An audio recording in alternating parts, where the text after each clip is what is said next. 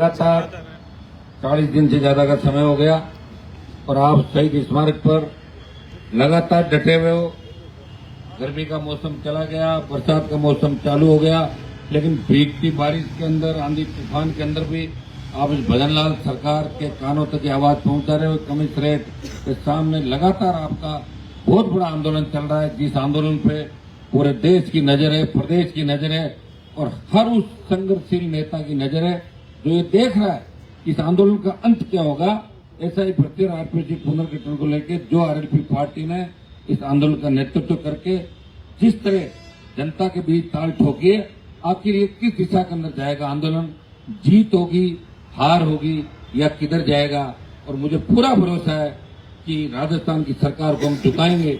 25 मई को जो आक्रोश राजस्थान के नौजवानों ने दिखाया, सिर्फ लॉ एंड ऑर्डर नहीं बिगड़े इसलिए हमने इस बात का ध्यान रखा। बाकी उस दिन बहुत कुछ हो सकता था, लेकिन नुकसान हमारे ही लोगों का हो जाता है और हम नुकसान नहीं चाहते थे। हम व्यवस्था को ठीक करते हुए आरपीएससी पुनर्गठन, ऐसा ही भर्ती रद्द कराने की बात और इन मुद्दों को लेकर जिसको लेकर बीजेपी सत्ता के अंदर आई थी, दुर्भाग्य इस बात का है। देखिए, आपके आंदोलन के परिणाम स्वरूप कांग्रेस पता नहीं कौन सी यात्रा निकाल रही है। बीजेपी जब ऑपरेशन सिंदूर के अंदर पहले तो प्रधानमंत्री जी ने कह दिया कि सिंदूर भेज दो घर घर और हमारे नाम का सिंदूर जाएगा बीजेपी के नाम का, तो लोगों ने कहा मूर्ख हो गए आप लोग, ये क्या गलत करो, सिंदूर तो पति पत्नियों के भरते हैं और वो तो ले जाते हैं शादी के अंदर।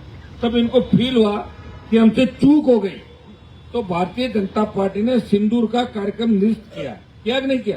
पहले 8 जून से लेके जाने वाले थे पूरे देश के अंदर।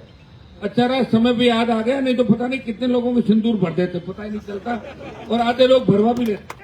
तो कौन मना करता कि भेजा बीजेपी कार्यालय से मोदी जी की बात आया, भर लो सिंदूर, भर लो सिंदूर। सारी संस्कृति का सत्यानाश करते थे और धर्म की बातें करें, धर्म संस्कृति सारी डूब जाती भाई अगर इस तरह हो जाता। प्रधानमंत्री जी पता नहीं किस दिशा में लेके जा रहे हैं देश को। मुझे तो कई बार चिंता होती है, जिस तरह प्रधानमंत्री ने कहा कि मेरी रगों में सिंदूर बह रहा है, प्रधानमंत्री ये भी कह सकता है कि देश का सारा सोना लोहा और लोहा सोना, रातों रात इस तरह नोटबंदी करी तो मर जाएंगे लोग बेचारे। जो लोहे लेके घूम रहे हो करोड़ अरबपति हो जाएंगे, तो सोना लेके घूम रहे हो सड़क पे आ जाएंगे। तो इन प्रधानमंत्री जी की मुझे लग रहा है कि स्पीड 80 से चलते चलते 200 हो जाती है। तो इनकी गलती भी नहीं, इतना सारा एक साथ मिल जाना, 3 बार प्रधानमंत्री बन जाना और सामने विपक्ष नहीं। विपक्ष के कटपुंजों को आपने देखा होगा और किस तरह जो एक डेलीगेशन विदेश में भेजा है हमारी पैरोकारी के लिए ऑपरेशन सिंदूर की, किस तरह वो सांसद गाने गा के रो रही, देखा आपने? देखा कि नहीं देखा?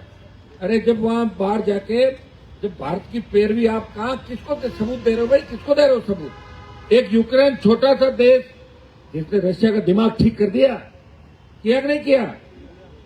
यहाँ तो इतना बड़ा देश 150 करोड़ का, दुनिया भर का असला हथियार सारी चीज, और छोटा सा पाकिस्तान जिसने हिंदुस्तान को पहले तो उस समय कारगिल के समय घुसपैठ करके हमारे कितने सैनिकों को जान गंवानी पड़ी और कितने समय तक अटल बिहारी जी वाजपेयी और बाद में कह रहे थे कि हमने कारगिल विजय।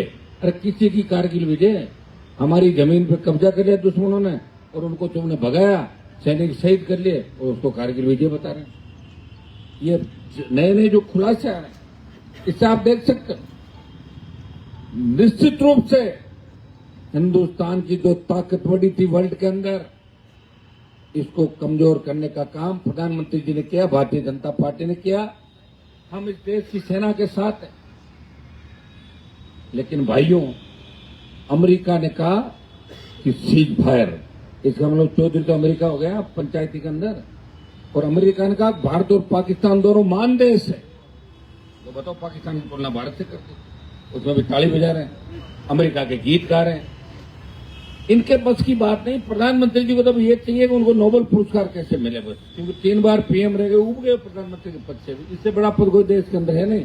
नोबेल ले लूं, मेरा काम करूं, पीछे जो आए भुगतता रहेगा। इनको रोजगार देना चाहिए देश के अंदर। कितने लोगों को रोजगार आपने दिया? आपने कितने किसानों की बात करी, कितने खातों में पैसे आए? लॉ एंड ऑर्डर देश के अंदर किस दिशा के अंदर जा रहा है? आप कह रहे हो कि हमारा भ्रष्टाचार नहीं खुला 15 साल के अंदर। अरे भ्रष्टाचार तो जब खुले कोई खोलने वाला हो, सारी एजेंसियों को तो आपने हैक कर रखा है। ईडी सीबीआई उधर ही चलती है जहां आपके इशारे होते हैं। कांग्रेस के समय भी ईडी सीबीआई विरोधियों को रेड करती थी। इंदिरा गांधी ने इमरजेंसी लगाई, आपने अघोषित इमरजेंसी, परमानेंट इमरजेंसी आपकी। तो कोई अखबार वाला खिलाफ बोलता है उसके वहां पहुंच जाते हो, उसके कपड़े खुलवा के चेकिंग करते। जयपुर में एक अखबार की चेक किया आपने, सारे बिचारों कपड़े बाहर रखवा दिए थे। जो भी आवाज उठाता है लोकतंत्र के अंदर, उसकी आवाज दबा दी जाती है, आवाज बंद कर दी जाती है। और विपक्ष, मुझे तो लग रहा है कि राहुल गांधी, प्रियंका गांधी हर 3-4 दिन बाद मोदी से बात करते हैं, मुझे ऐसा लगता है। इससे लगता है कि कांग्रेस तो खत्म होने की कगार पे है। कांग्रेस के लोग तो एक ही बात कहते हैं कि 100 सीट आ गई हमारी। अरे 100 आएगी बड़ी मुश्किल से 10-15 साल बाद। अभी 272 लाने में 50 साल और तब तक चले जाओगे आप लोग, तो कहां से आएगी सीटें? वो 100 से खुश है, उनको 272 नहीं थी, वो 100 से खुश है।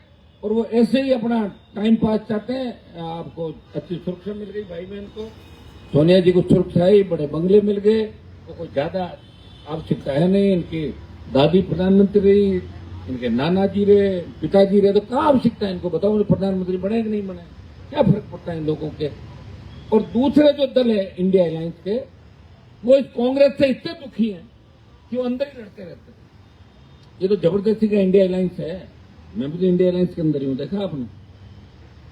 तो जब ये लोग अलग अलग स्टेट के अंदर, कोई ये कह दे कि राजस्थान में जाके हम लड़ेंगे और दिल्ली में जाके हम एक होंगे, यूपी में तो हम सपा को मारेंगे, टीएमसी को बंगाल में मारेंगे, डीएमके को मारेंगे, जो भी नए दल उनको मारेंगे, लेकिन दिल्ली में हमारे जयकार लगेगा। कौन लगाएगा भाई? कौन खाली बैठा है?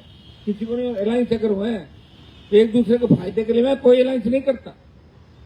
जब आपने ताकत दिखाई, कांग्रेस घुटनों पे पलाई हमारे पास, वो एमपी है हमारे। कांग्रेस के उन नेताओं को आरएलपी का झंडा पकड़वा दिया बाड़मेर के अंदर। जो कहते थे हम आरएलपी से नफरत करते हैं, वो आरएलपी जिंदाबाद बोल रहे थे। ये हनुमान बेनीवाल और आपकी ताकत का परिणाम है राजस्थान।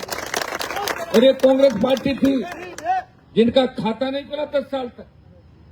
वो तो मेरे से अलायंस किया, मेरी पीठ में छुरा घोंपा, धोखा दिया, तब इनका जाके बेचारों का खाता खुला। वो भी काय का खाता बताओ?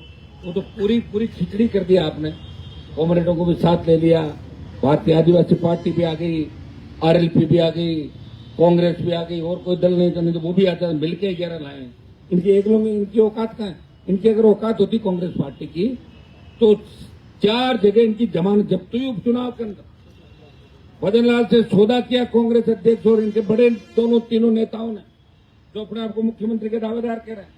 उनको कहा कि हम पकड़ेंगे किसी किसी नेता को। बोले पकड़ो मत, क्या चाहते हो? बोले 3-4 एमएलए हमारे बन जाए उपचुनाव ताकि भजन लाल सुरक्षित रहे। तो बोले ये लो टिकट ले जाओ जहां जाते नहीं। तो आप समझते हो, सारे पढ़े लिखे लोग हो, तो सारी बात अगर समझते हो तो कहने की आवश्यकता नहीं है। अब आपको बीजेपी से तो लड़ना ही लड़ना है, लेकिन कांग्रेस पार्टी से भी लड़ना। 3.5 साल तक राजस्थान की सड़कों पर लड़ोगे कि नहीं लड़ोगे? और नहीं लड़ोगे तकलीफ पाओगे। और अभी तो मैं देखो आपके बीच खड़ा हूं, और शिकायत कर लड़ने वाले लोग भी मिट जाएंगे। क्यों लड़ेंगे बताओ? मुझे मिलता क्या लड़ने वाले को? लड़ने वाले को कुछ नहीं मिलता।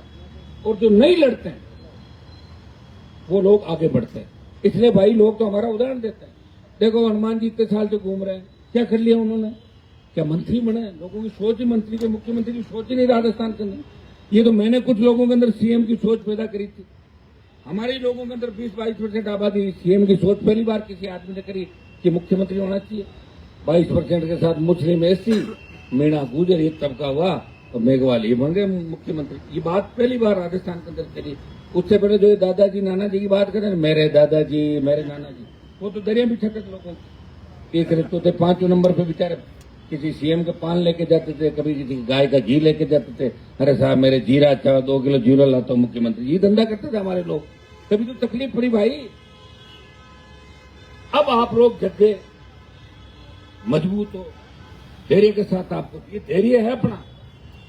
कल विशेष रूप से राष्ट्रीय लोकतांत्रिक पार्टी की सारी जो टीम और प्रमुख नेता कल अपन 12:15 बजे अपने जालूपुरा निवास पे इकट्ठा होंगे। सब लोग प्रमुख लोग जो नेता जयपुर और आसपास की हमारी टीम आरएलपी की, बाकी लोगों से टेलीफोन पर बात करेंगे। इस आंदोलन को क्या रूप दिया जाए, कल का धरना तो अपना चलेगा ही चलेगा, थोड़ा कर टाइम पे आना आप लोग। मुझे लगा धरने का टाइम भी आप लोगों ने दिन के बजाय रात की तरफ कर दिया था, रात की 7 बजे बाद चालू कर दिया। तो कल ये तय करेंगे कि धरने को किस रूप में लिया जाए। प्रधानमंत्री और राष्ट्रपति से मिलने का टाइम मांग रहे हैं, उनके सामने भजनलाल की पोल खोलेंगे।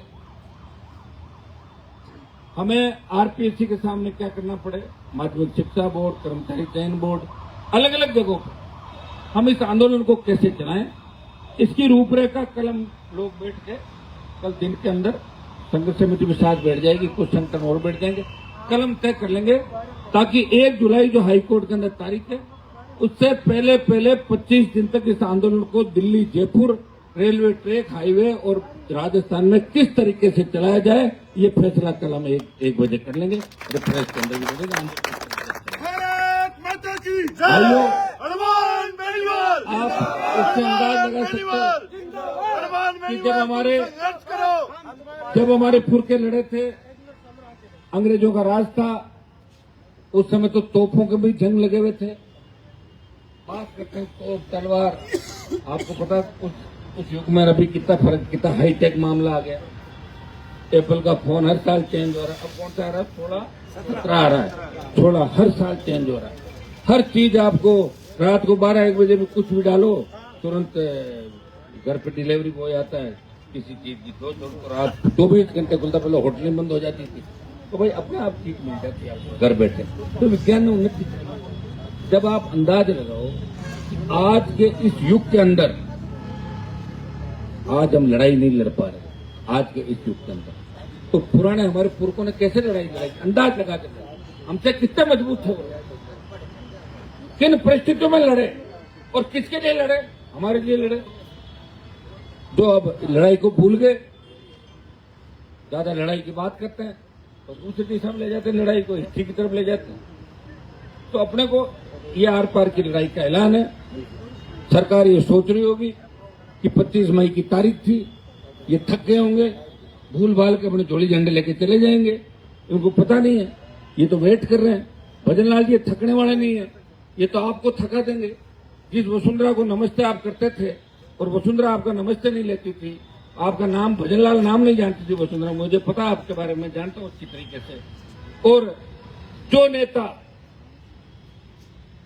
लोट पर्ची और लोटी से बने, उन लोगों को राजस्थान के बारे में कोई अनुभव नहीं है।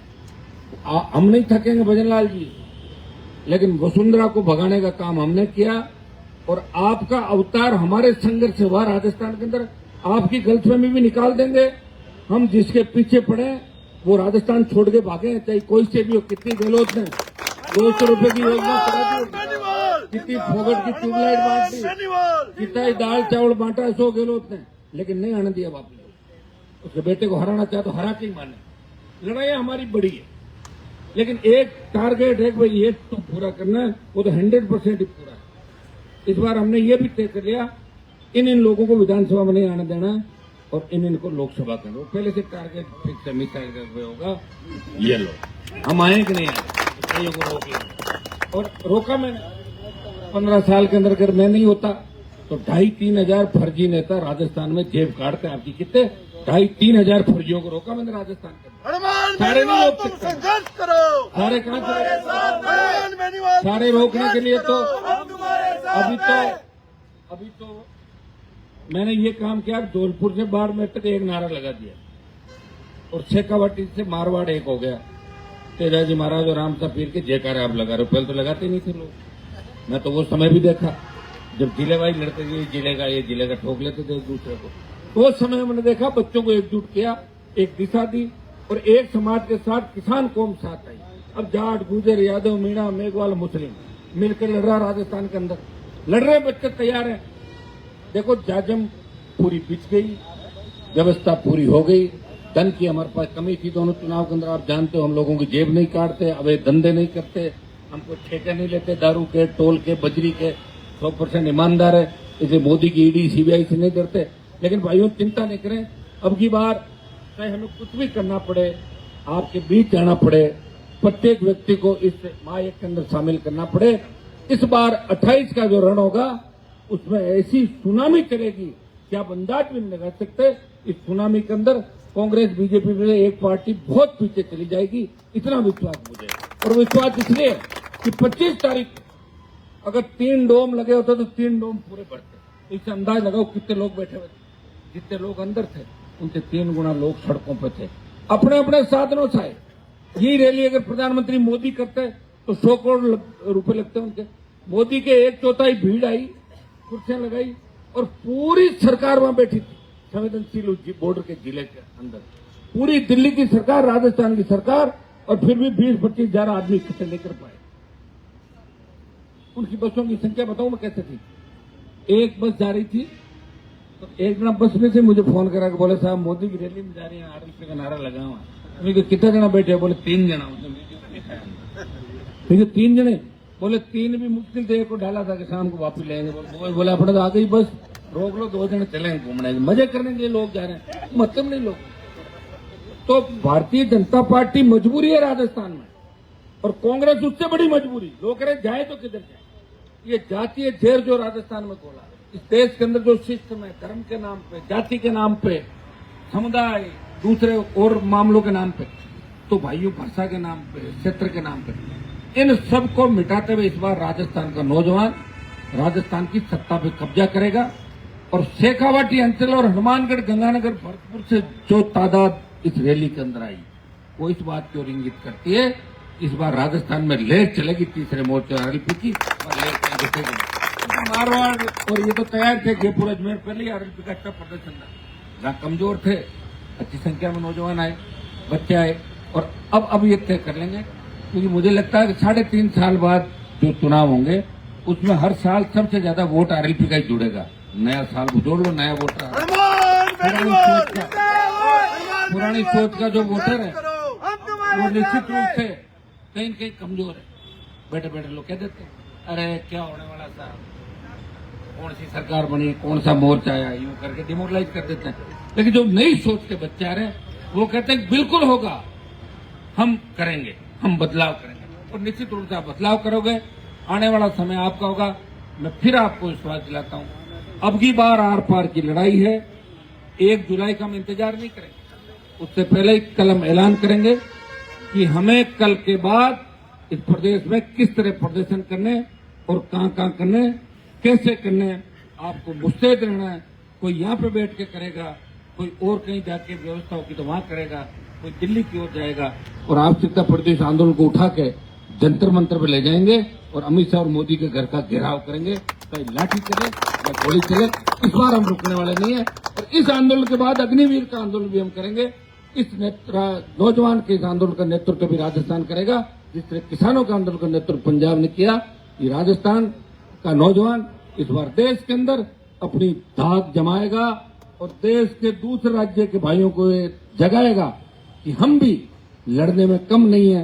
हो सकता है कि इतिहास के अंदर लड़ाइयां हमारी कम होगी, लेकिन अब हम लड़के उन लड़ाइयों पर भी पर्दा डालेंगे और अब राजस्थान की जय जयकार हम कराएंगे। ये राजस्थान का नौजवान करेगा। बहुत बहुत आपको धन्यवाद। जय हिंद।